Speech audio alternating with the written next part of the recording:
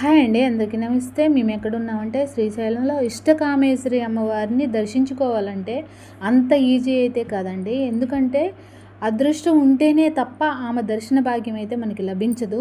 ఎల్లుండి ఆమెని దర్శించుకోవాలంటే ఈరోజు నైట్ 10 గంటలకల్లా టిక్కెట్లు బుకింగ్ కౌంటర్ కాడికి వెళ్ళి వరుసలో ఉండాల్సిందే. అప్పుడైనా మనకు ఆ దర్శన భాగ్యం ఉంటుందో లేదో కూడా తెలియదు. రోజుకి 120 టిక్కెట్లు మాత్రమే అవైలబుల్గా ఉంటాయండి. అందులో 104 మనలాంటి వాళ్ళకి, 16 టిక్కెట్లు విఐపి దర్శనం వాళ్ళకి ఉంటాయండి. అందుకనే వందలాది మంది ఆమె దర్శనం కోసం వస్తారు. అందుకనే ఈరోజు నైట్ వెళ్తే రేపు మార్నింగ్ 8 గంటలకి టిక్కెట్ల కౌంటర్ వాళ్ళు వస్తారండి. రూల్స్ రెగ్యులేషన్స్ అన్నీ మనకి చెప్తారు. మనిషికి 3 టిక్కెట్లు మాత్రమే ఇస్తారు. అదిస్తేనే మనకు ఆ టిక్కెట్లు ఇస్తారండి. వాళ్ళ వెహికల్స్లోనే తీసుకెళ్తారు. మన వెహికల్స్ అనుమతి లేదు. ఎంతో మందికి టిక్కెట్లు దొరక్క వెనక్కి తిరిగి వెళ్ళిపోయారండి. మాకు మాత్రం అదృష్టం అయితే ఉంది.